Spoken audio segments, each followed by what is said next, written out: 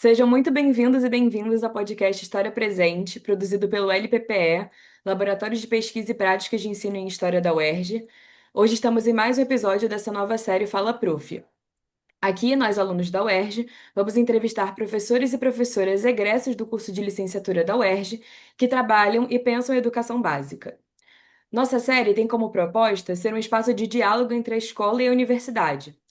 Hoje vamos entrevistar a professora Cláudia Patrícia de Oliveira Costa, e para tal, temos eu, Lorena Campos, graduanda em História, integrante do LPPE e bolsista de extensão do projeto Caminhos de Abiyala, também vinculado ao laboratório, e Gabriel Carvalho, também graduando em História, integrante do LPPE e bolsista de extensão do podcast. Cláudia Costa é doutora em História Social pela Universidade do Estado do Rio de Janeiro, a UERJ, mestre em História também pela UERJ, com pós-graduação lato sensu em História do Rio de Janeiro pela Universidade Federal Fluminense. Possui graduação, bacharelado e licenciatura em História pela Universidade do Estado do Rio de Janeiro. Atualmente é professora da Rede Pública Estadual de Educação do Rio e do curso de especialização em História Antiga e Medieval. Atua também como pesquisadora colaboradora do Núcleo de Estudos sobre Biografia, História, Ensino e Subjetividades, além do Laboratório de Estudos em Ensino de História e Patrimônio Cultural e do Laboratório de Pesquisa de Práticas de Ensino em História. Tem experiência na área com trabalhos publicados nos seguintes temas: História Local, Rio de Janeiro e Baixada Fluminense, Ensino de História, Memórias e Narrativas de Vida e História Oral. Professor, eu gostaria de agradecer novamente por você estar aqui com a gente. E eu queria começar te perguntando o que te fez escolher a história, né? O que te fez escolher essa profissão e se o motivo para essa escolha ainda é o mesmo. Bom, boa noite a todos e todas. Primeiramente, agradecer o convite, né, da professora Renata e a disposição de vocês aqui de me entrevistar. É uma coisa diferente para mim, porque geralmente quem entrevista sou eu, e hoje eu estou sendo entrevistada. Não sei como vou me sair, é uma novidade também. Mas o que me fez escolher história não foi assim um caminho já do tipo, eu queria ser historiadora desde de criancinha, não. Eu, se tinha alguma coisa assim que veio da minha infância, era a minha vontade de ser arqueóloga. Só que na época a arqueologia era uma coisa assim impensada aqui no Brasil, né? Tinha, não tinha um curso numa universidade pública, por exemplo, que tivesse arqueologia. Quando eu estava no ensino médio, já terminando, eu cometi a besteira de fazer curso técnico. E isso serviu, por um lado, para eu ter certeza de uma área que eu não queria para mim, mas também não me ajudou muito a escolher. E eu lembro que eu decidi fazer história assim no meio do ano. Eu terminei o ensino médio num ano, aí eu queria fazer turismo, porque era um curso novo na época, e eu queria ter feito o curso técnico de turismo e não fiz. E aí, na época, só tinha universidades privadas aqui no Rio de Janeiro. Eu queria ir para São Paulo, ir para o Paraná, onde tinha o curso de turismo na universidade pública, mas meus pais vetaram, eu era menor de idade. E aí, no ano seguinte, eu não fiz vestibular, né, numa atitude de protesto. No ano seguinte, eu comecei a fazer o curso pré-vestibular comunitário. E aí, no meio do ano, na época, os vestibulares eram separados e era tudo no final do ano. E aí, no meio do ano, me veio aquele estalo. Eu falei assim: eu acho que eu vou fazer história.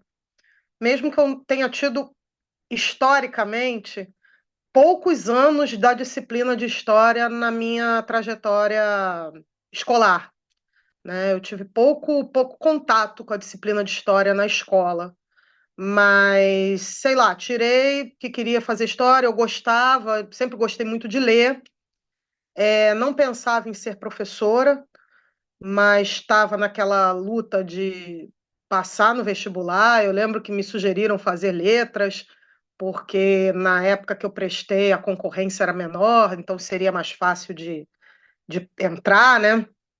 E aí eu falei assim, não, eu quero fazer história. Aí cismei que ia fazer história e prestei o vestibular para história para as quatro públicas que tinham o curso aqui no Rio na época, né? Que é a UERJ, a UFRJ, a Unirio e a UF.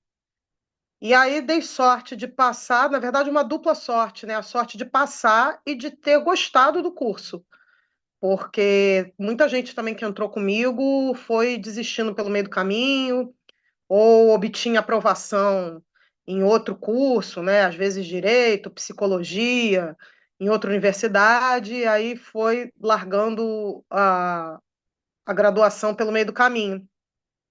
Mas eu gostei, desde os primeiros, né, das primeiras aulas, dos primeiros contatos, primeiro período ali desafiador para quem estava vindo de escola pública, né?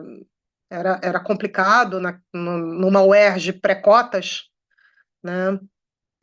Mas continuei, e aí, no meio do caminho, acaba que a gente percebe que não tem muita opção, vamos dizer assim, se a gente não fizer a licenciatura também. E aí eu fui, né, quando eu tive os créditos suficientes para fazer a licenciatura, comecei a pegar as disciplinas lá da pedagogia, era um formato de currículo também diferente do que é hoje em dia, né, e fui sendo encaminhada para esse lado, né, da sala de aula.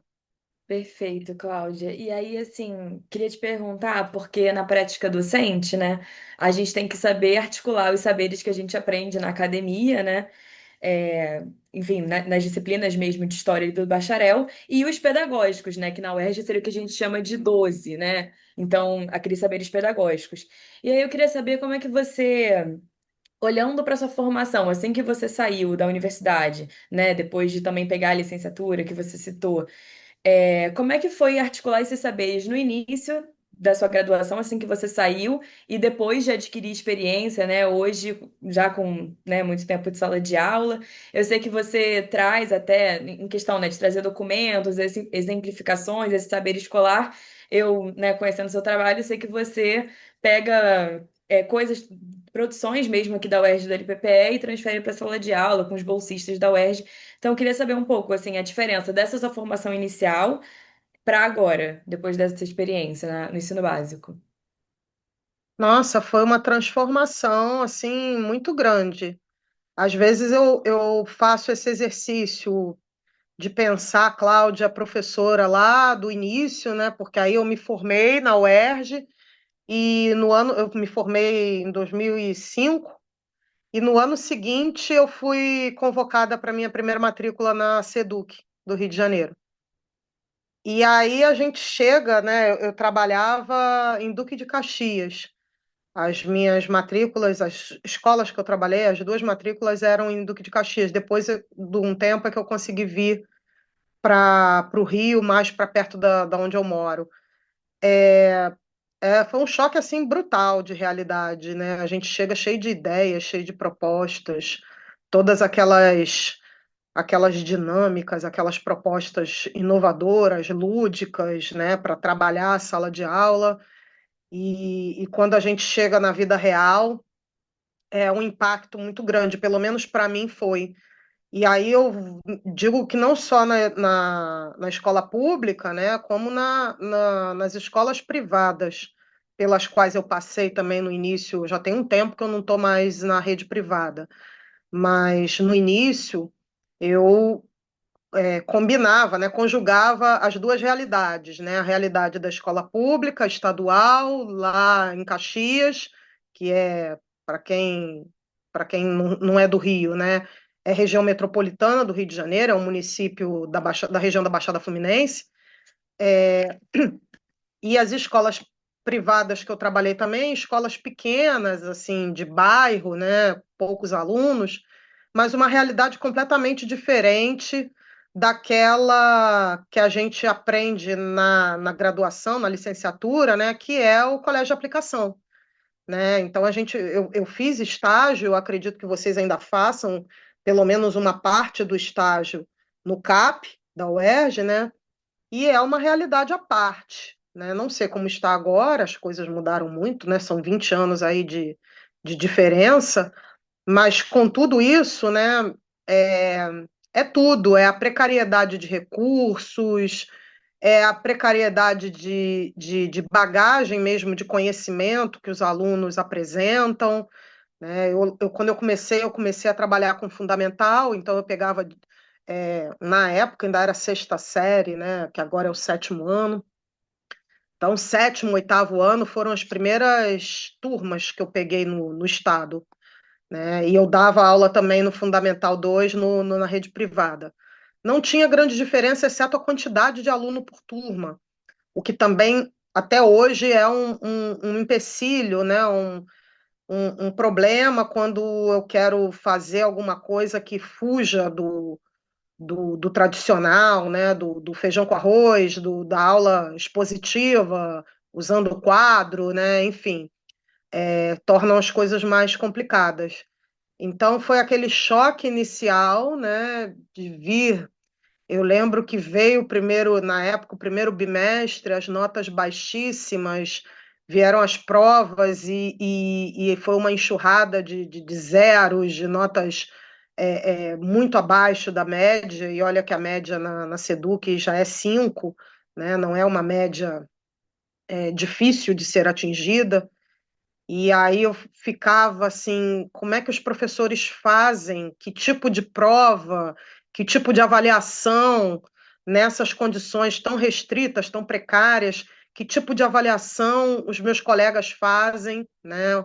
Na época, uma galera bem mais velha que eu, né? Que eram os meus colegas de trabalho. E, aquela coisa assim de coisas básicas que às vezes eu tinha vergonha de perguntar e a gente acabava aprendendo na prática, né? Então, eu acho que a gente se forma professor e continua se formando professor muito mais na prática do que a licenciatura nos prepara para o que para o que a gente vai enfrentar, né? Por mais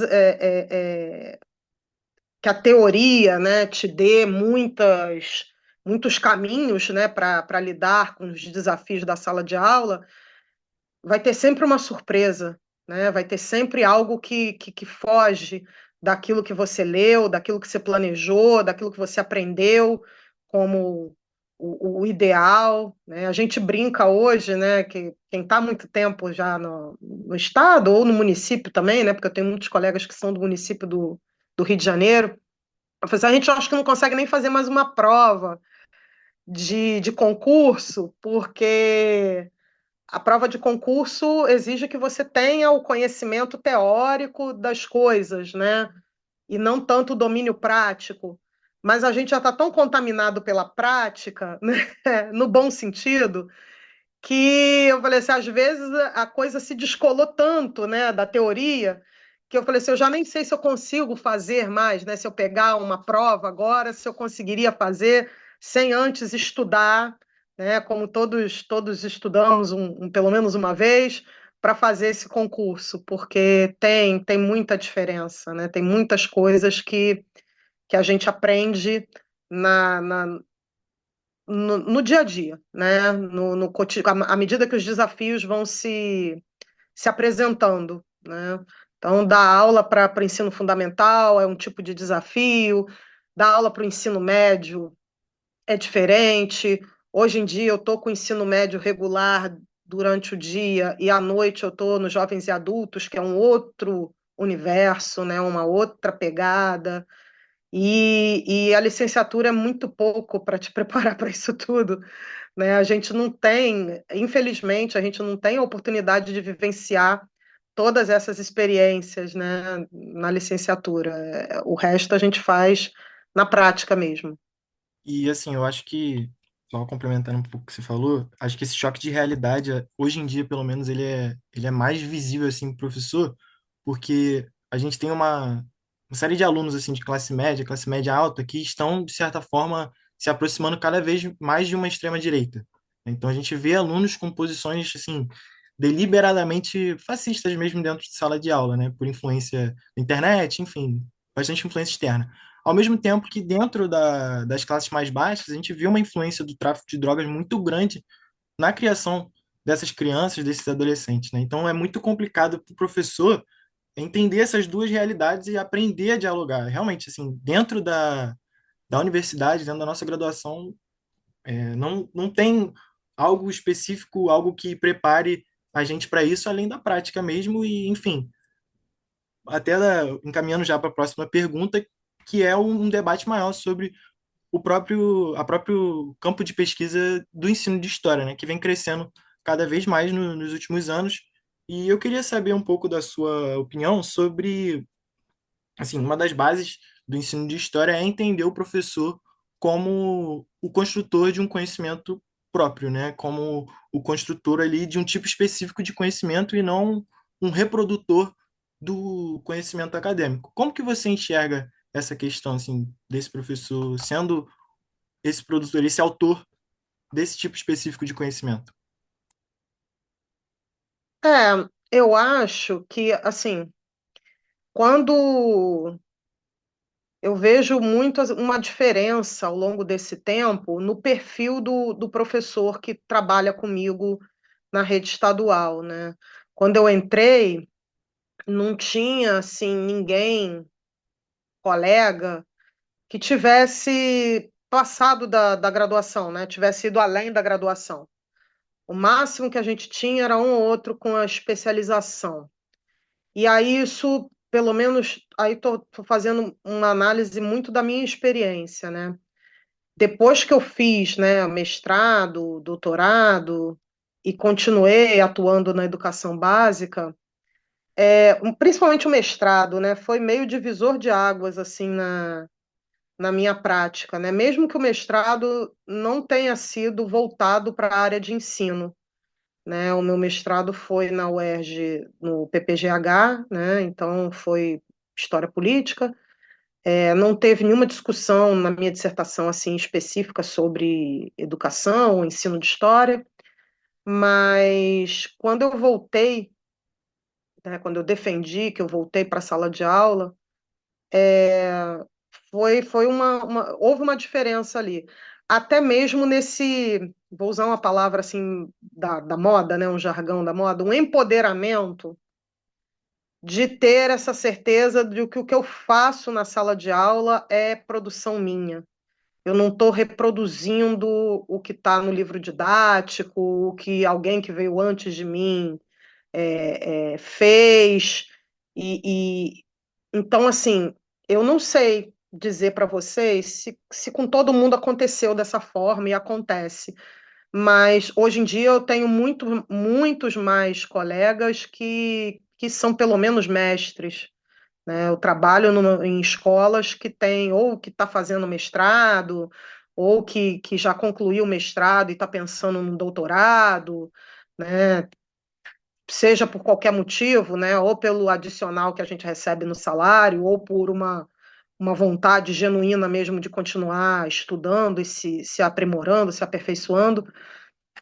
Eu não sei como é para eles, né? Mas para mim simbolizou isso, né? Eu voltei com muito mais segura daquilo que eu estava fazendo em sala de aula e aí nesse sentido mais ousada, né? A Lorena falou, né? Ah, conheço um pouco do seu trabalho através do projeto do Caminhos de Abiyala, né? Da atuação, né? Aqui nas escolas que eu já trabalhei, que eu trabalho. Nem sempre eu fui essa professora, não, tá, gente?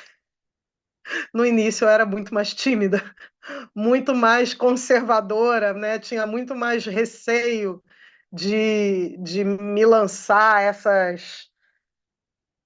essas atividades, essas práticas assim muito diferentes, porque era isso que eu falei, né? Eu cheguei cheia de ideias que eu aprendi na licenciatura e me deparei com uma realidade que até hoje, né? Aluno que chega no ensino médio que não sabe escrever. E aí, como é que você vai ensinar história para alguém que não sabe escrever, para alguém que escreve o seu próprio nome assim com uma letra que, né, de parcamente alfabetizado? Então, isso tudo foram anos aí até eu conseguir acertar o meu lugar. E aí eu acho que o mestrado, né, essa autoridade abstrata que o título te dá, né, se contribuiu para que eu falasse assim, não sou, o erro não é meu, né? O problema não está comigo. Eu tenho competência, eu tenho conhecimento e eu posso ir além do que aqueles que vieram antes de mim prescreveram para essa turma, né? Então isso me ajudou muito a ter essa noção, né? O que que eu posso, o que que entender a sala de aula como algo da minha autoria mesmo, né? Não ficar presa a, ao que veio antes de mim, né? Ao que a receita é essa. A gente às vezes fica querendo procurar um pouco a receita, né? Como é ser um bom professor? Como é ter o famigerado domínio de turma e fazer a turma render, fazer a turma produzir? Às vezes você se sente culpado, né? Porque, pô, parece que só não dá certo na minha aula, parece que só não dá certo comigo. Mas aí depois você começa, né? O tempo de experiência e a formação continuada, né? Vai te dando essa autonomia, né? Eu tenho condição de perceber o que eu posso fazer, o que eu posso inventar, e o que eu posso inventar tem a minha assinatura. É uma das coisas que eu falo bastante, né?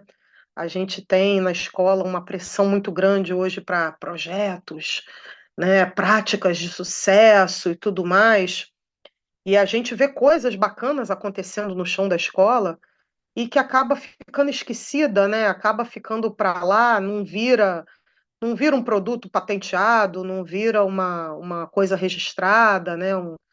Que é uma exigência que veio para mim através de mestrado e doutorado, né?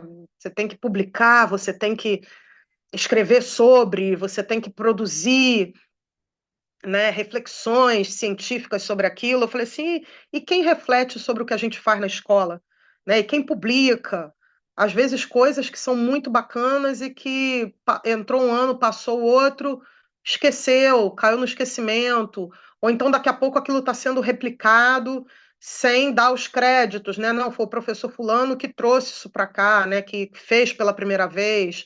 A gente está tentando replicar e aí é uma coisa que me incomoda muito até hoje. E aí eu tento, mas assim, nem todos os professores têm essa percepção, né, da sua autoria, né, da sua produção de conhecimento, estando na sala de aula da educação básica, né? Eu acho que nesse sentido, a formação continuada, né, fazer uma especialização, mestrado, um doutorado, para mim, fez uma diferença muito grande, né? De se perceber enquanto autora, né? Enquanto pesquisadora daquilo que estava ali, né? Na sala de aula. Cláudia, é muito bom te ouvir, porque assim, você fala, né, a partir da sua prática, da sua experiência, e aí, claro, tem questionamentos, tipo, como é que eu vou ser um bom professor? Como é que eu vou ter domínio de turma? São coisas que ficam muito assim, afligem muito a gente, sabe? Quando a gente. Por isso que é importante não só o podcast, a gente conversar, né, e trocar com os professores de, enfim, vários lugares, assim, né?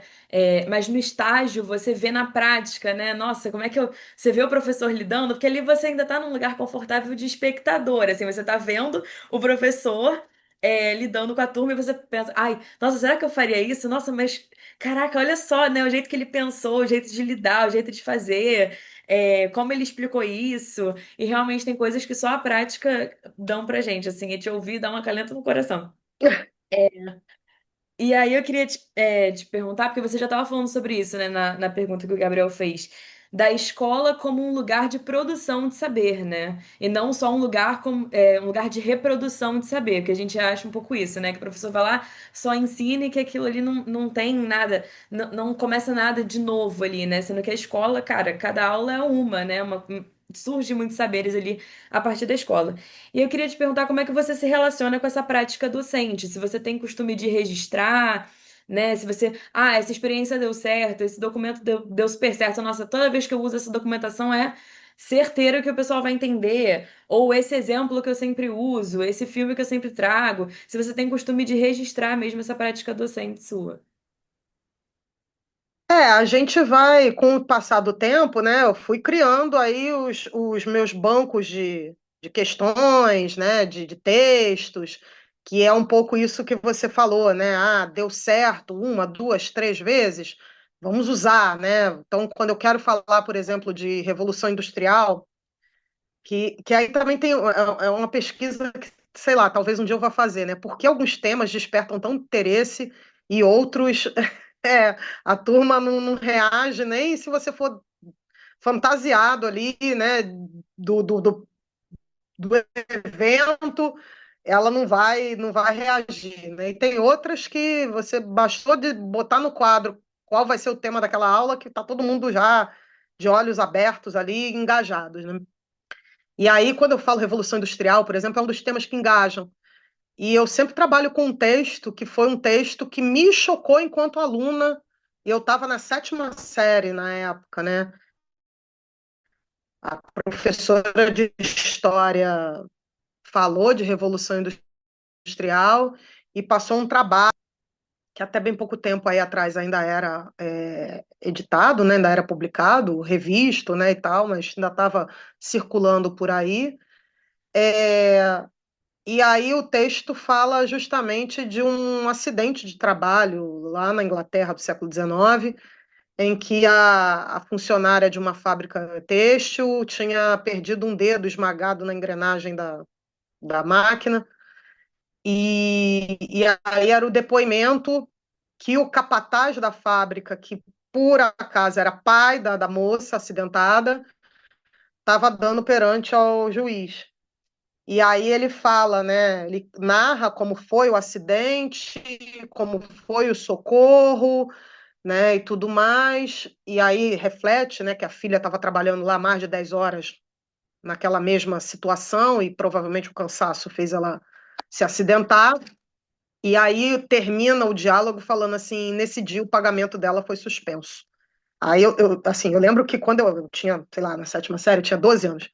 Eu falei assim, gente, que absurdo é esse? Que mundo é esse? Né? Como é que é isso? E aí eu uso isso até hoje. Eu uso esse texto, ele é guardadinho e volta e meia eu boto e peço para eles interpretarem. Dia desses eu usei com a EJA, que eu falei assim, vamos pensar no mundo que vocês vivem, que é o mundo do trabalho. Falei assim, o que mudou, né, de lá para cá? Uma situação como essa seria possível de acontecer hoje, né? O que melhorou, o que piorou? Tá na mesma e tal. Então tem coisas assim que a gente usa e guarda, né? E parece que funciona 90% das vezes, né? Agora, um registro, se você está me perguntando assim, um registro mais, como é que eu vou dizer? Não é sério, é um registro mesmo, né? De das pessoas saberem que foi você que fez aquilo ali, né? Uma patente daquilo que você está fazendo. Eu tenho feito agora, esse ano mesmo, né? Do ano passado, do finalzinho do ano passado para esse ano, eu estou num ímpeto de escrever, né? De escrever sobre. Então, as coisas que dão certo, eu escrevo, e as coisas que agora não dão tão certo, eu também escrevo, porque é uma coisa que esse tempo também de experiência na sala de aula e recebendo esses projetos, né, estagiários que vêm atuar sob a minha supervisão, enfim, que vêm desenvolver projetos nas escolas que eu trabalho, a gente já parou para pensar que foi assim um incômodo, e para mim foi aquela coisa assim, caraca, é isso mesmo, né? Quando as coisas davam muito, muito errado, né? E aí, vamos lá, eu já estava empoderada pelo meu mestrado, né, pelo meu doutorado, de saber que as coisas que dão errado não necessariamente são culpa minha, né? Não necessariamente fui eu que fiz algo equivocado ali, né? Pode ser, mas a maioria das vezes não é, né? E, e aí, eu lembro que a estagiária que estava comigo na época era uma menina, um projeto aí da UERJ. E aí ela falou assim: eu não sei mais o que fazer com essa turma, porque já tentamos de tudo. É uma coisa simples que a gente está pedindo para eles e a coisa não anda. Aula após aula era aquela frustração, porque a gente chegava, né, naquela coisa de, pô, agora, hoje a gente vai fazer isso, porque eles vão trazer o que a gente pediu na aula passada, e chegava lá, e não era só não trazer. era aquela cara de desentendido, né? De, ai, eu não entendi muito bem o que que era para fazer. E aí isso é pior do que o aluno que não sabe escrever, porque vai dando uma sensação de que estão debochando, né? De que estão jogando seu trabalho no lixo, né? Seu esforço para fazer uma coisa criativa, seu esforço para fazer uma coisa inovadora, né? Tem turmas que são assim, né? Elas querem que o quadro encha de coisa para elas copiarem, né? Não adianta você fazer malabarismo, porque tem turmas que não querem o diferente, elas querem o conforto do previsível, que é o professor chegar, encher o quadro e explicar, e dar aula, ou não explicar, enfim. Aí eu sei que essa menina ficou assim incomodada, e aí estava chegando a época da Semana de História Política, e a coordenadora do projeto tinha falado que eles deveriam escrever o trabalho, né, sobre o acompanhamento que eles estavam fazendo comigo, né, sobre as atividades na escola.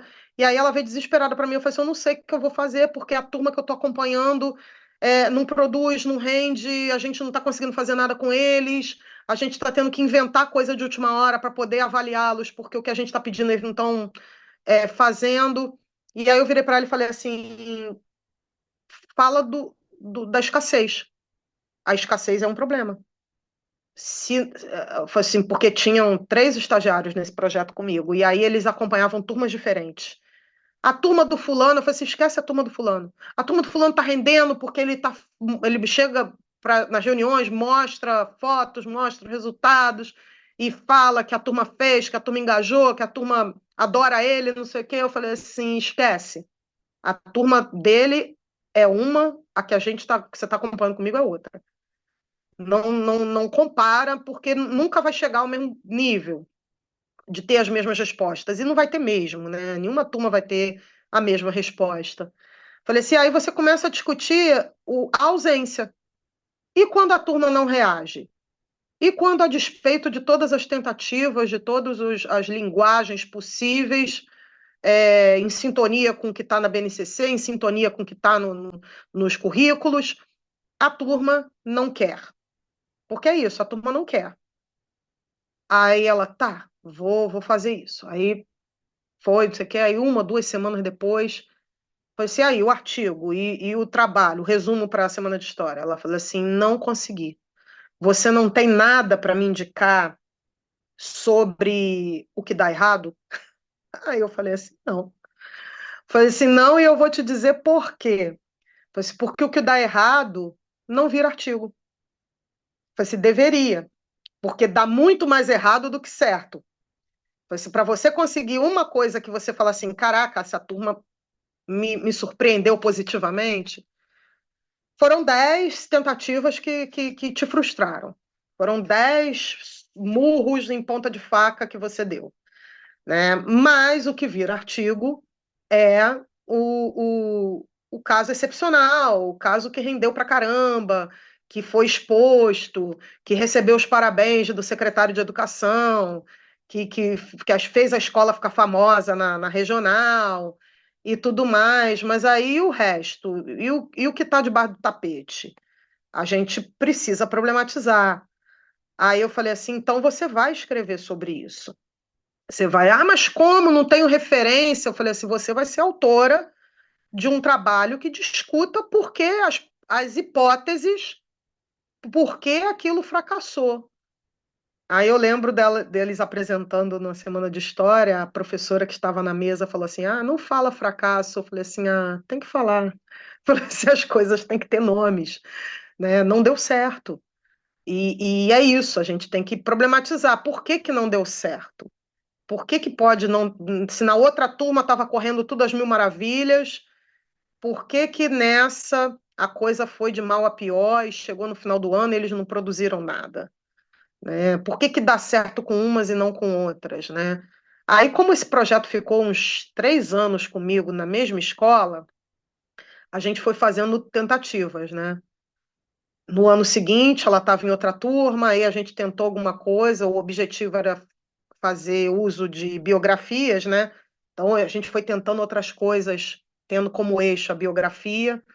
E aí, biografia, deu certo, não deu certo, deu certo, não deu certo. No número tal de experiências lá de turmas, a gente chegou à conclusão de que o possível motivo é que biografia de gente comum não interessa a eles. Olha que terrível para a historiografia. Você tem que levar os sujeitos marginalizados. E quando os sujeitos marginalizados não querem saber de outros sujeitos marginalizados? Se puxasse uma biografia de alguém da história, né, que fosse conhecido, o trabalho fluía. Pá, pá, pá, descobri que ele fez isso, descobri que ele tomou um tombo aos 5 anos de idade, descobri que não sei o quê, e aí aquilo juntava tudo, a gente fazia o trabalho, discutia, debatia e tudo mais. Pessoas comuns, e toda semana me vinha uma desculpa diferente, porque tinha que estudar aquilo, né? Tinha que conhecer uma pessoa que ele não conhecia, que para ele não fazia sentido nenhum, porque não estava no livro didático, porque não estava no. Então, para que essa mulher está me fazendo estudar isso, né? O que isso vai acrescentar né, em história? Para que eu quero saber da vida do fulano, que eu nunca ouvi falar, ou então que do fulano que é meu vizinho? O que meu vizinho tem para me contar de história, né? Aí a gente escreveu sobre isso, né? Falei, não, agora a gente vai escrever. Depois de 3 anos, a gente vai escrever, porque provavelmente a diferença é essa. As turmas que fazem trabalhos levando em conta o biográfico de pessoas conhecidas, né? Que você dá um Google e ele te retorna, vai.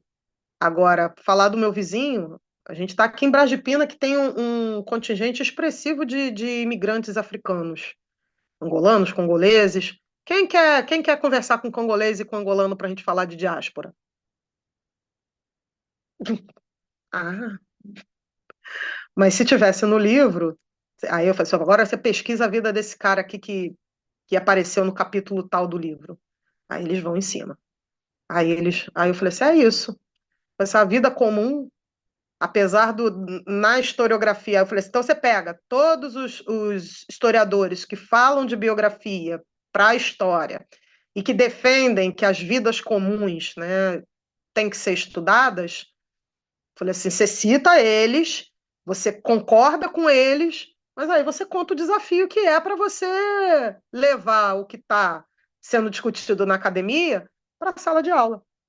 Assim, vê se você consegue fácil discutir sobre vidas comuns, se você desperta o interesse, né, fazê-los protagonistas, né, entender que eles são agentes históricos também. Eles não querem, eles recusam esse papel. Eles não. Olha, isso é difícil, né? É um trabalho de formiguinha, né? Não é chegou, lancei, todo mundo achou o máximo falar do vizinho, né? Falou o máximo falar do meu colega da rua, né? Foram raras as situações em que eles viram valor, né, nesse tipo de coisa. Então, aí eu falei assim, o defeito tem que ser exposto, tem que ser discutido, tem que ser problematizado, o desafio, o que não deu certo, o que às vezes não deu certo como você queria, mas de alguma forma deu resultado, né? Então, professora, aprofundando um pouco nessa questão que você falou sobre as dificuldades da prática docente, enfim, qual foi o seu maior desafio e qual é o maior desafio agora? Ou seja, no início da sua carreira e agora com mais alguns anos de experiência.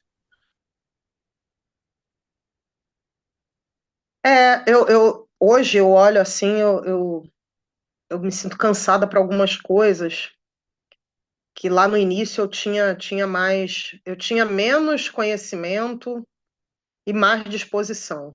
Hoje as curvas se inverteram, né?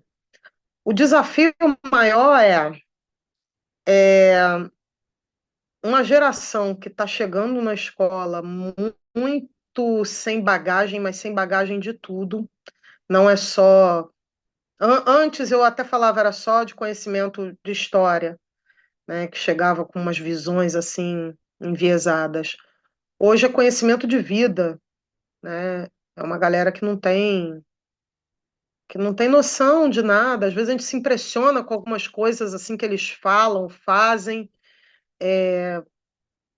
conhecem coisas que eu, na idade deles, não conheci, outras tão banais que eles não sabem. Então, assim, parece uma geração, perdão, parece uma geração que tá muito dependente de do externo, né? Eles não têm autonomia, eles não têm noção do que pode, o que não pode, de educação, né? Chegar numa sala de aula sem a mínima noção de convívio mesmo. Eu não sei se a pandemia, porque as coisas não eram maravilhosas antes da pandemia, né? Mas depois da pandemia isso ficou muito mais escancarado, né? A noção de convívio social mesmo, né? De como me comporto, né? Em grupo, quais são os limites que eu tenho aqui dentro, né? Eu lembro que os primeiros anos que eu comecei a dar aula, né, falando de limite, eu lembro uma vez, foram duas passagens que eu tive com o ensino fundamental. Eu tinha umas turmas assim de alunos que era sexto ano, mas assim, defasados.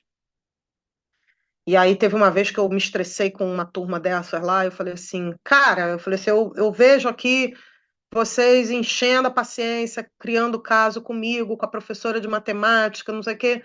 Mas quando eu passo aqui na porta, que tá na aula do professor fulano, que eu nem lembro qual era a matéria, eu falei assim, eu se jogar um alfinete no chão, eu escuto o barulho do alfinete. Eu falei assim, qual que é o problema de vocês? A professora, a senhora e a professora de matemática não vai bater na gente. Professor fulano, a senhora já viu o tamanho dele? Aí eu falei assim, ai meu Deus, não é possível. Aí eu falei assim, então quer dizer que você acha que a gente, ele pode te agredir? O tamanho dele, eu não sei o que ele pode fazer com a gente, se a gente bagunçar a aula dele. Agora a aula da senhora e da professora fulana, eu falei assim, que ódio. E aí você aprende a ser sargento para algumas turmas, né? A ser espartano ali para algumas turmas. E, e a outra foi assim, uma turma também de sexto ano, uma galera que já tinha uns ali que já era, eu já sabia que já era envolvido. Todo mundo fora da idade, e essa turma tinha tanto problema, mas tinha tanto problema, que eu acho que uma coisa que a profissão te ensina também é dessensibilizar um pouco, porque se você leva esses problemas para casa, não tem psicólogo que depois te dê jeito. E aí eu tinha nessa turma, vou começar do que eu acho que era pior. Um filho de avô, que era completamente fora da casinha. Tinha uma menina que vendia favores em troca de bala, biscoito, guaravita. Cada coisa valia um beijo, um amasso, né? Um beijo aqui, um beijo ali. Tinha uma tabelinha. Tinha um menino que o irmão mais velho estava preso, e aí ele vivia aprontando e desrespeitando e não sei o quê. Aí teve um dia que nem sei quem foi o professor que chamou a mãe para conversar, né, o responsável. E aí a mulher chegou e assim, mãe, em Caxias, aqui também, né? Mas na época em Caxias, bate que nem homem. Ela já chegou, encurralou, jogou o moleque na parede e era soco, e era cotovelada, e, e aí a gente tentando apartar ali, tentando segurar. Aí o diretor Casca Grossa, já um senhor já de muito tempo ali como diretor daquela escola, naquela comunidade, aí ele deixa, não, não intervém não, deixa. Aí ela foi socando lá o garoto no canto, o garoto tentando se proteger. E aí aconteceu uma coisa me marcou muito, né? Que foi ela, naquela explosão de fúria dela, ela começou a chorar. E ela falou assim: eu já perdi um filho para o tráfico, eu não quero perder o outro. Teu irmão está preso, eu não quero ter que te visitar na cadeia também, não. E o garoto ria. Debaixo daquela chuva de socos, ele ria. E aí eu falei assim: esse já foi. Não sei o que aconteceu com ele, porque eu também, logo depois, eu pedi transferência de uma escola, fui para outra, né? Já rodei também bastante escola, e eu não sei o que aconteceu com aquela família, mas é muito pesado. Tem coisas que são muito pesadas, né? E, e essas coisas continuam acontecendo, só que assim, hoje eu consigo não não querer saber muito sobre isso, né? No início de carreira, a gente quer saber, a gente quer ajudar o aluno, mas infelizmente tem coisas que, claro, a escola tem que intervir, mas tem outras que o professor não pode, não deve, né? Não é não pode, não deve, por uma questão de sobrevivência, né? E aí, hoje em dia, além desses desafios, né, que continuam acontecendo, mas eu acho que eu consigo me manter mais isenta, né, mais distanciada, a questão do desrespeito total, né? Mas aí você fala desrespeito de aluno com relação a pensamentos, né, neofascistas, na minha realidade, isso aí é o menor dos problemas. É o menor dos problemas. Eles são racistas, eles são anteontem, hoje é quinta, não, ontem mesmo. Uma briga, uma confusão na turma. Eu estava escrevendo alguma coisa no quadro, quando eu escutei aquele zum, zum, zum que eu virei, estava uma confusão, porque ele me chamou de macaco, porque não sei o quê. E aí eu olho a turma assim, a turma toda negra. Uns mais retintos, outros mais claros, mas negros. E aí eles não se percebem. Aí eu tive que parar o que eu estava fazendo para poder começar uma discussão e nananana, porque ele está dizendo que eu vim da África. Eu falei assim, tá, mas qual o problema de ter vindo da África? Porque eu não sou preto. Aí eu olhava assim, eu falei assim, meu Deus, preciso achar revelação, porque aqui todos eles são. Aí eu não sou preto para ter vindo da África. Eu falei assim, mas vir da África não é nenhuma ofensa. Eu falei assim, vou falar. Eu falei assim, os arqueólogos já pesquisaram que os primeiros seres humanos, os esqueletos mais antigos dos primeiros homens, né, dos primeiros seres humanos, estão na África, né? Foram descobertos na África. Então, se a gente for pensar por esse lado, todos nós descendemos de africanos que depois se espalharam pelo mundo. Aí eles ficaram olhando assim para minha cara. Aí eu falei assim, deu para entender? Falei assim, falei assim, não tem vergonha, ofensa nenhuma em vir da África. Aí ficaram olhando assim para minha cara. Aí o outro, o que estava ofendendo, né, falou assim: Mas se a gente veio do macaco e o macaco veio da África? Eu falei assim: Meu Deus do céu. Aí eu falei assim: Não, a gente não veio do macaco. Viemos sim. Eu falei assim: Meu Deus, antes o problema era os criacionistas, agora o problema são os macacalcionistas, porque eles não conseguem dimensionar, né? Já conseguimos superar o Adão e Eva, o barro, aquela coisa toda. A maioria das turmas consegue distinguir isso aí. Mas a coisa de que veio do macaco é muito difícil deles conseguirem entender. É muito complicado. E aí, ontem, a história do veio do macaco serviu como instrumento para o outro continuar com as ofensas racistas, né? Enfim, ali na turma. E isso é muito complicado de lidar, porque do mesmo jeito que vocês falaram da influência, né, das mídias, das redes sociais, com relação às ideias neofascistas e tudo mais, eles também têm uma compreensão tão enviesada sobre questão de raça, sobre questão de gênero, sobre questão social. Eles não se veem, né, como negros, eles não se veem como pobres, eles, né, teve uma vez também que eu estava falando de negócio de ser herdeiro, não ser herdeiro, e aí ele falou, se eu sou herdeiro, eu falei assim, não, você não está entendendo. Eu falei assim, quando eu falo herdeiro, eu digo pessoas que têm uma fortuna, que se ele não trabalhar, se ele nunca vai passar necessidade nessa vida. Eu falei assim, não é papo eu tenho uma casinha e quando meu pai morrer eu vou herdar essa casinha, não é isso.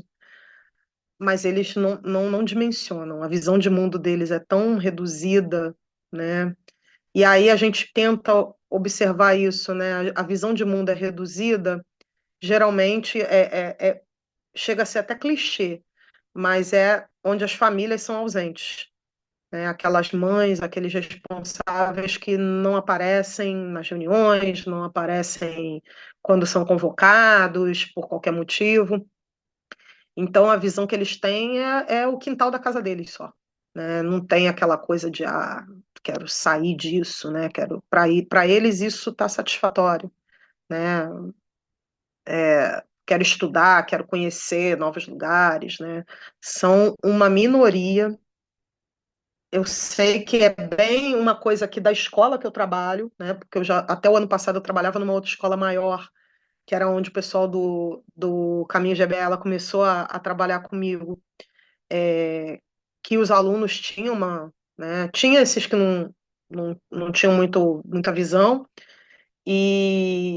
mas tinha uma galera ali que era engajada, que queria, que conhecia as coisas, e aí fazia perguntas, tinham dúvidas, tinham curiosidades.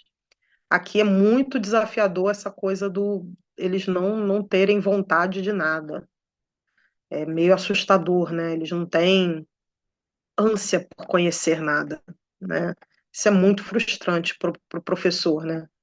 O aluno que não tem curiosidade, o aluno que não pergunta, que às vezes desafia você, mas não desafia porque quer debater contigo alguma ideia, né? Desafia porque ele não quer ouvir nem o que você tem para dizer, né? Não quer saber daquilo ali. Tem turmas que a gente entra que a sensação é que dá é que você está incomodando eles ali, está atrapalhando eles, né? Isso é bem, ultimamente tem sido bem ruim assim para mim, porque é isso, eu já estou cansada, eu acho que eu já estou perto do meu prazo de validade no magistério. E aí chegar, por exemplo, para trabalhar com EJA é maravilhoso, porque eles são, apesar de já mais velhos, cansados, chegam do trabalho, coisa e tal, mas eles querem saber. Perdão. Eles procuram saber, eles querem, né? Às vezes você conta uma coisa que você já está cansada de saber, mas para eles é uma grande novidade. Agora, os mais novos tem sido um desafio pensar nisso, né? De que, pô, não tem nada que você traga que não pareça incomodá-los, né? O levar algum tipo de conhecimento, algum tipo de informação para eles parece que os incomoda, né? E os mais velhos não, os mais velhos já têm aquela fala, é assim, professora. Eu falei assim, é assim. E aí eles têm aquela surpresa que às vezes você espera no mais jovem, né? Você vê no mais velho. Nos jovens, nada surpreende, nada desperta, parece que eles estão ali. Isso é muito, muito difícil, né? Tem semanas assim que eu falei assim, ai, aquela turma de novo. Falei assim, nada do que levar vai surtir efeito, eles não querem saber, eles não. Isso tem sido, né? Para além da desvalorização que a gente tem, de questões salariais, de questões das exigências da SEDUC, coisa e tal. Aí ver isso dá né? O EJA tem sido a minha terapia, que aí eu vou trabalhar, eu sabendo que você vai chegar lá, é alguma coisa que eu falar, eles vão ficar assim, caraca, né? É assim, eu nunca parei para pensar nisso. E eu fico às vezes com eles, né? No outro dia eu estava falando de Era Vargas. E aí um senhor lá levantou a mão e falou assim: Vargas morreu em agosto de 54, né? Eu falei assim: ele morreu um dia antes de eu nascer. Eu falei assim: sério, seu Lima? Sério. Eu falei assim: o senhor tem 70, eu falei, 70 e poucos anos o cara. Aí eu falei, e ele é excelente em matemática. Ele não sabe, mas ele é muito bom nas exatas. Mas um senhor de 70 e poucos anos, né? Podia ser, né, meu pai ali. E, e ele é super antenado, ele faz perguntas, eu lembro, às vezes, algumas coisas. Eu lembro que quando eu era criança era assim. E aí é outra coisa para o professor, né? Que aí você trabalha com o que eles sabem, né? Agora, de manhã tem sido um desafio porque eles parecem que não sabem e não querem saber. Que nem aquela brincadeira, né? Não sei, não quero saber, tenho raiva de quem sabe. A sensação que eu tenho é que eles falam isso pra gente o tempo todo. Olha, eu não sei, não quero saber do que você veio trazer aqui pra mim, e tenho raiva de você porque você sabe e quer me convencer de aprender isso aí, né? Então é complicado, né? Você já sai de casa sabendo que vai pegar uma turma dessa, né? Turmas desse tipo, e aí você pensa, né? Com o salário que eu ganho, e aí você entende muito bem aqueles professores que, né? Não estão também mais nem aí com nada, né? Só aí entra o que a gente falou lá no início, né? Só reproduzem aquela aula há 10 anos, né? Há 20 anos. E não trazem nada de novo, e enchem o quadro, e passam exercício, e corrigem exercício, e a aula é rotineiramente aquilo ali, porque dá muito trabalho você tentar quebrar essa coisa, né? Essas coisas, esses projetos assim, para acontecer, dá um cansaço. A Ana Clara mesmo, no trimestre passado, quando chegou na última semana, que foi a semana das apresentações deles, né? Aí teve uma hora que ela olhou assim para mim, e a carinha dela estava cansada. Ela falou assim: Nossa, foi cansativo. Aí eu falei assim: Tu nem imagina como. Eu falei assim, você viu 3 turmas aqui. Eu falei assim, eu tava com 10 para fazer. Eu falei assim, então assim, eu falei assim, é bom você ver o resultado, mas acaba contigo. Se você for fazer alguma coisa novidade para todas as turmas que você tem, acaba contigo. Eu falei assim, esse trimestre eu não vou fazer nada, vai ser o pessoal das exatas que vai abraçar. Eu não, eu falei, eu quero descansar para o outro, que aí eu assumo de novo. E aí eu já estou pensando, né? Já estou pensando na bagunça que eu vou fazer com eles. Mas é muito cansativo você trazer essa pressão que a gente tem por trazer novidade, por a aula tem que ser, né, atrativa, a aula tem que ser boa, despertar os alunos, você tem quase que ser um showman ali. Eu nunca gostei muito disso. E hoje, se eu faço alguma coisa, né, que foge do feijão com arroz, eu sei que eu vou me cansar, eu faço sabendo que eu vou me cansar, que na maioria das vezes eu não vou ter o retorno, não vou ter o reconhecimento, não vou ter nada, não vou ganhar nada mais por isso, mas eu faço agora para servir de pesquisa, que é aquilo que eu falei com a estagiária, né? Falei assim, a dificuldade, o que deu errado, o fracasso, para mim é problema de pesquisa. Assim, precisa ser investigado. Por que que deu errado? Por que que eles não gostam? Por que que eles gostam? Por que que quando você falou de uma coisa houve adesão? Por que quando você falou de outra coisa a adesão caiu? Se era a mesma turma, se eram turmas diferentes. E aí a gente tem pano para manga aí para fazer teses sobre ensino de história real, né? Aí a gente brincava, ela já brincava comigo. Qual é o episódio hoje de docências reais? Eu falei assim: tem, sempre tem um episódio da docência real aqui acontecendo. Comigo, com um colega, tem sempre um. Aí ela saiu da escola, terminou o estágio, né? Terminou a graduação. De vez em quando a gente ainda se fala, né? Eu falei assim, aí, tá dando aula, não tá? Ela tava dando aula num cursinho. E aí eu falei assim, eu queria aquele material que você levou. Eu falei assim, pode, te passo. Queria não sei o quê, uma dica para trabalhar tal coisa. Aí a gente discute, eu falo, como é que é o perfil da turma? E aí a gente vai formando e sendo formada, né? Constantemente. Totalmente, Cláudia. Nossa, eu já tô saindo daqui outra pessoa, só com essas falas aqui.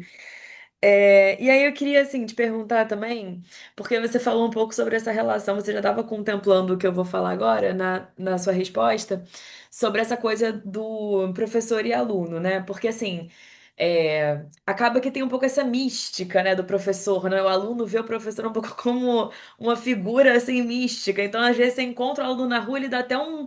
Ele até trava, né? Porque para ele você só corresponde à escola. E quando ele estiver na rua ele muda completamente. Ou fica muito tímido, ou fica, meu Deus, a professora existe fora da escola, né? E você falou que já pegou tanto o ensino fundamental, né? Então, crianças, você falou da sua experiência com adolescentes e com o ensino de jovens adultos, né? O EJA. E você até citou o caso do senhor, que tem 70 anos, que está lá aprendendo com você. Então, eu queria, perguntar para você, como é que funciona essa sua relação do professor-aluno e com esses diferentes públicos que você trabalha? Eu tenho, assim, ao longo desses anos, eu tenho. amigos hoje que foram meus alunos, né? Que a gente continuou mantendo contato. Tem uma, inclusive, que vai defender doutorado aí em psicologia na UERJ agora, semana que vem, sexta-feira da semana que vem. Eu dei aula para ela em 2010, no ensino médio, no curso normal lá em Caxias. Nunca foi professora, nunca deu aula, até onde eu sei. Passou para psicologia na UERJ, fez mestrado, agora vai defender o doutorado. E aí eu falei assim, ó, aí ela mandou o convite. Eu falei assim, vou levando uns alunos meus que andaram dizendo aí que queria fazer psicologia, tudo bem? Ela, ai, meu Deus, tudo bem. Eu falei assim, ó, tá avisada. Vou chegar lá, eu falei assim, que nem programa Silvio Santos, caravana de Brás de Pina, caravana de Parada de Lucas, vamos chegar lá para encher o auditório. Então, assim, eu tenho boas relações. Tem alunos que, infelizmente, né, como foi esse caso que eu contei, né? Eu não sei, foram muitas pessoas. De vez em quando, alguns me param na rua. Oi, professora, a senhora continua trabalhando lá no colégio tal? Aí eu olho assim, aham, ai, que bom te ver. Sei que. Aí, às vezes, essa aqui é minha esposa, essa aqui é meu marido, essa aqui é meu filho. E eu olho assim, ai, eu não faço ideia. De que me dá um nervoso, porque agora chegou numa época que eu não tenho mais noção de muitos alunos que às vezes param na rua, né? Às vezes está no, sei lá, vendedor numa loja, né? Atendendo numa outra loja. Teve uma vez que estava dirigindo ônibus. Eu entrei no ônibus, professora! Aí eu dei bom dia, dei boa noite. Eu falei assim, boa noite, mas naquele automático, né? Oi, professora, não tá lembrando de mim, não? Aí eu fico naquela, falo, não, não tô, mas eu não posso dizer que não tô. Porque muita gente, mas assim, eu mantenho, né, alguns até que eu achava assim, falei, pô, esse cara, se me vê, atravessa a rua. Mas não, às vezes agora eu estou morando perto das escolas que eu trabalho, então eu saio, eu tropeço em aluno. Aluno, ex-aluno, pai de aluno, acenou, eu respondo. Mas tem aqueles alunos que ficam, né, por qualquer motivo, ficam, né? Alguns foram fazer história, né? Que na altura do campeonato eu já nem sei se eu me orgulho ou se eu falei, não, cara, você podia escolher outra coisa, cara, não faz isso não. Mas, mas né, tenho alguns alunos que fazem ou fizeram história e tenho esses que continuaram estudando e que a gente continua se falando, ou pararam de estudar, né, estão trabalhando, mas volta e meia, né? Ah, tem um que eu dei. Tem a galera que eu ainda falo que eu dei aula no ensino fundamental. Agora começou a Copa, teve um que me mandou mensagem. E aí, tá vendo os jogos da Copa? Porque lembra que eu gostava de futebol e que às vezes eu ia com camisa de time.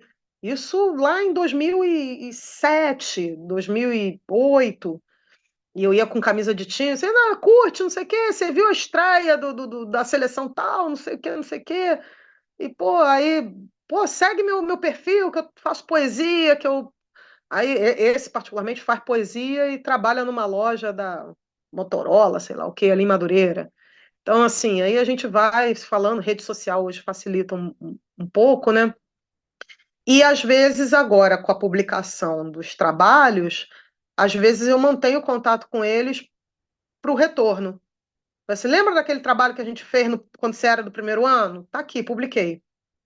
Assim, tá aqui, você ajudou a fazer, né, a reflexão, que me ajudou a fazer a reflexão que resultou nesse artigo. Saiu aqui na revista, né? Lembra? Falei assim, foi na sua turma que eu fiz. Aí, às vezes, é legal, assim, essa sensação do retorno também, né? Deles me ajudarem, né? Quando a turma rende, né? Quando a turma faz. Aí, às vezes, eu mantenho contato com alguns e para dar esse retorno. Falei assim, olha, se publicar, eu quero que você saiba que eu escrevi porque a sua turma tornou isso possível, porque você participou, porque você me ajudou a liderar a turma. Às vezes é um representante da turma, né, que ajudou a passar as informações, a ficar em cima da turma para entregar as coisas no prazo, né? Mas, pô, lembra daquele trabalho que, pô, a gente deu um duro danado, não sei o quê, mas saiu? Falei assim, então, eu escrevi sobre ele, e aí aos pouquinhos eles vão se acostumando também, né? Eles às vezes perguntam, mas a senhora escreve livro? Eu falei assim, também. Aí eles ficam assim, porque eu acho que escrever livro para eles é algo, né, do tipo, jamais imaginar que um professor meu escreva livros, né? Aí agora vai ter o lançamento de um livro que eu escrevi um artigo, vai ser na PUC, agora quinta-feira que vem. Aí eu falei assim, vocês querem ir? Ah, queremos, queremos. Vamos sim, não sei o quê. Aí estão aqui organizando quem vai, quem não vai, como que vai, né? Porque a PUC é longe pra caramba aqui pra gente. E aí, como que vai? Pedir autorização de pai, de responsável, porque o negócio é à noite e tal, e vai voltar tarde e tudo mais. E aí, mas eles estão naquela. Aí teve um hoje que eu falei assim: lembra que você perguntou se escrever ali, você quer ir? Aí ele, professora, esse dia eu não vou poder ir, não. Mas Deus te abençoe, vai dar tudo certo. Aí eu achei engraçado, porque a última coisa que eu esperava ouvir era um Deus te abençoe, vai dar tudo certo. Porque eu falei assim, gente, mas eu já escrevi o artigo já vai ser publicado, o que que pode dar errado? Aí eu falei assim, tá bom, obrigada. Aí, então, assim, a percepção deles também é uma coisa muito interessante da gente ver, né? Aí eu falei assim, olha, o que vocês produzem, no EJA não, no EJA eles já sacam, né? Mas o que vocês fazem aqui é parte do meu trabalho. Mas eu estou olhando, vocês estão sendo observados por mim. Assim, nada do que eu peço para vocês fazerem aqui é de graça. Assim, tudo eu vou observar, eu vou anotar e eu vou refletir sobre isso. Aí os do EJA já ficam naquela, né? E aí, professora, deu tudo certo com o que a gente fez? A senhora vai escrever sobre? Aí eu falei assim, estou escrevendo, não é assim também, né? Apresentamos ontem, hoje eu já estou com o texto escrito. Mas vai sair, qualquer hora dessa, publicar, eu te aviso. Ah, avisa sim. E os mais novos têm ainda aquela coisa do tipo, caraca, nós somos. É um pouco daquilo que eu falei, né? Nós somos importantes? Não achava que fosse. Né? Nunca parei para pensar que é importante o meu bairro, a minha vida, a vida das pessoas que eu conheço, né? Meus vizinhos e tal. Aí, às vezes, eles ficam assim surpresos de estar virando tema, né, de trabalho, por mais até que eles nem tenham acesso e tudo mais, que eles não vão ler, mas, pô, o trabalho da minha turma virou tema de artigo, né, saiu numa revista, aí eles ficam meio assim, perdidos, né, caraca, era só um trabalho, né, era uma coisa simples, mas aí a gente vai. Esse ano já teve gente que quer escrever, aluno, né, eu queria escrever sobre o que a gente fez. Eu disse, escreve aí. Aí empurrei a Ana Clara. Você vai lá, Ana Clara, orienta ela lá, depois quando o negocinho estiver já prontinho, você. Tô fazendo a Ana Clara que nem residente, né? Você vai lá, estabiliza o paciente, depois que o paciente já estiver estabilizado, aí você me chama para poder avaliar. Aí ela tá. Ontem ela me falou assim: ela não me mandou nada. Eu falei assim: então vai escrevendo você, e se for o caso, a gente publica nós duas. Falei, se deixa a aluna, ela quer, mas é isso da adolescência, quer, mas né, desiste rápido, né, muda de interesse rápido.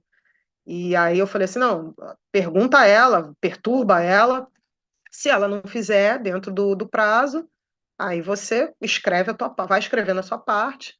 E eu falei assim, eu escrevo a minha, a gente submete para uma revista. Foi um jogo sobre revoltas anticoloniais nas Américas.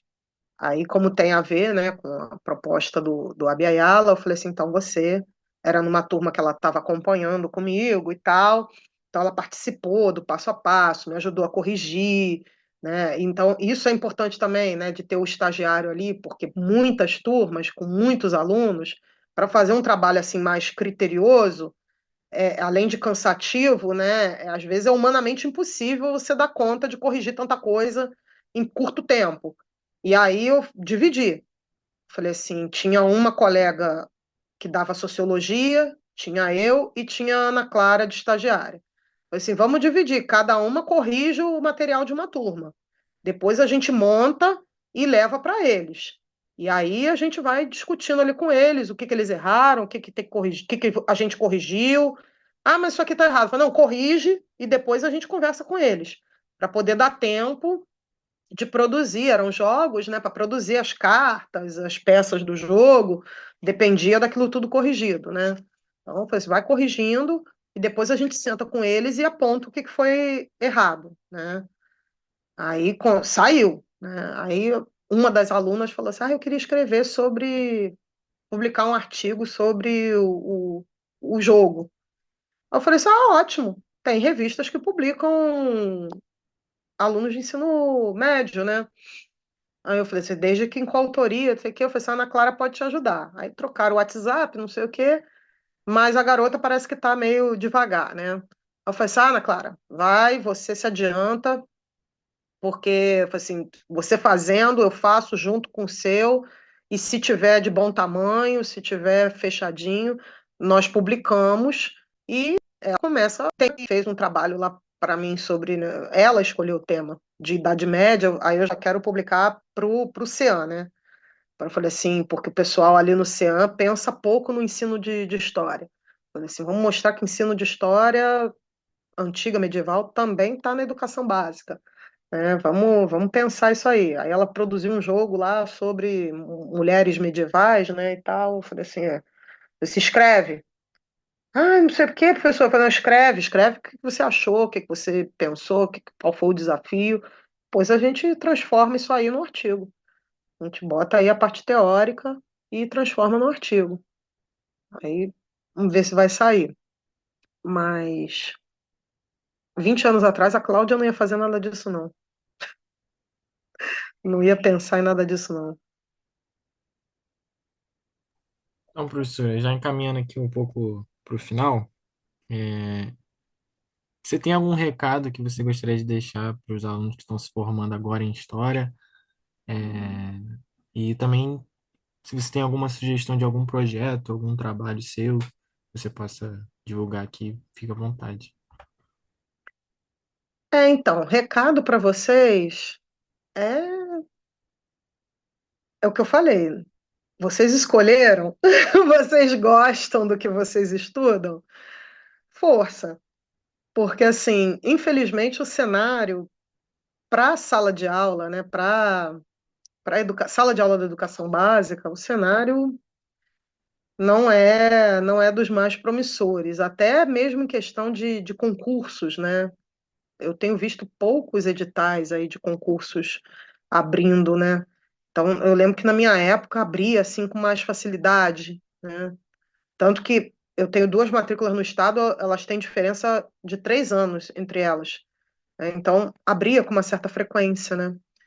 Então, o cenário está muito difícil, né? Em vários aspectos, em vários. Mas é isso, né? Eu gosto. Hoje, né, depois de anos de terapia, eu consigo distinguir que é isso. Eu gosto do que eu faço, eu escolhi a profissão que eu gosto de história, eu gosto de dar aula. O que me leva para o analista, o que me leva para o psicólogo, psiquiatra, são as condições de trabalho.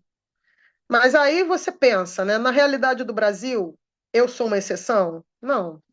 Né? Quem trabalha em condições ideais ou próximas das ideais aqui no Brasil atualmente? Infelizmente, é uma situação de um recorte de classe, não é um recorte de profissão, né?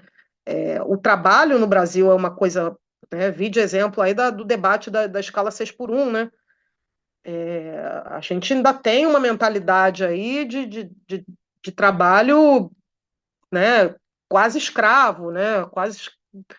Então, assim, é, hoje eu acho que eu consigo separar bem. Assim, eu gosto de ser professora, eu me realizo quando eu faço essas coisas assim, que surte bons resultados, né? Que me leva a pensar e que me leva a aprender com eles, né? Essas coisas assim, revoltas anticoloniais. Cláudia, de onde você tirou isso aí? Mas, pô, não sabia nada, sabia só das que aconteceram aqui no Brasil. Mas aí, quando eu peço para eles, aí eles vêm com aquele catatal de coisa que eles tiraram do Google, da inteligência artificial, eu falei assim, não, eu tenho que estudar isso. E aí eu já aprendi muita coisa. De história da África, de história das Américas, tudo que na época que eu era licencianda não tinha no currículo, que eu tive que aprender na marra dando aula já, eu aprendo muito assim. Eu peço trabalho para eles, aí o trabalho vem, aí eu me obrigo a estudar para poder corrigir o trabalho. E aí nessa eu aprendo muita coisa. Aí eles acham que ela sabe tudo ontem. Aí, então, mas aprendi. Aí no ano seguinte eu já vou melhorando, né? Já vou, falei assim, ó, agora já sei disso, já posso pedir uma coisinha a mais, né? Então, assim, façam isso, né? Já estão, né, na chuva, se molhem, sabendo que o desafio é esse, né? As condições de trabalho estão cada vez piores, o cenário, né, da educação a curto prazo tá bem caótico, né? Mas eu acho que talvez se vocês escolhessem uma outra profissão, vocês não teriam um cenário muito melhor. E aí o que faz a diferença é você fazer o que você gosta, né? Você gostar daquilo que você faz, né? Então, se vocês gostam muito de história, se vocês gostam de continuar aprendendo e tudo mais, sigam em frente. Sigam em frente que a oportunidade aparece, que vai ter, né, sempre uma escola ali aberta que vocês vão conseguir trabalhar. Enfim, pensem nas possibilidades que o que as novas tecnologias trazem também para o nosso fazer, né? E aí eu acho que é isso, é perseverar e ter essa sabedoria, né, de distinguir, de não se deixar abater pode parecer meio autoajuda, né, mas para não se deixar abater pelas circunstâncias que às vezes te fazem questionar se você é um bom profissional ou não. Você é um bom profissional se você gosta daquilo que você faz.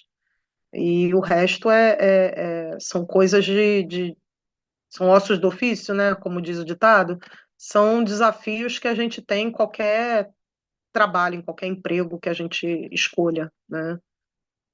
E o resto continue com os projetos, porque a universidade precisa pisar mais no chão da escola, né? Até para falar mesmo de ensino, né? Desencastelar um pouco esse saber, né? E entender o que a gente faz, o que a gente produz no chão da escola, né? É isso. Professora, a gente queria, em nome também da professora Renata, né, coordenadora do projeto, agradecer por você ter, né, passado esse tempo aqui com a gente, ter passado seus ensinamentos, sua experiência. Queria agradecer também ao Gabriel, né, meu colega de mediação aqui da mesa, e ao Fernando Ribeiro e o Davi Teixeira, que estão aqui nos bastidores, ajudando a gente no suporte técnico. E a gente convida vocês também a assistirem os dois últimos episódios, que já estão também no canal do YouTube do LPPE. E é isso, muito obrigada.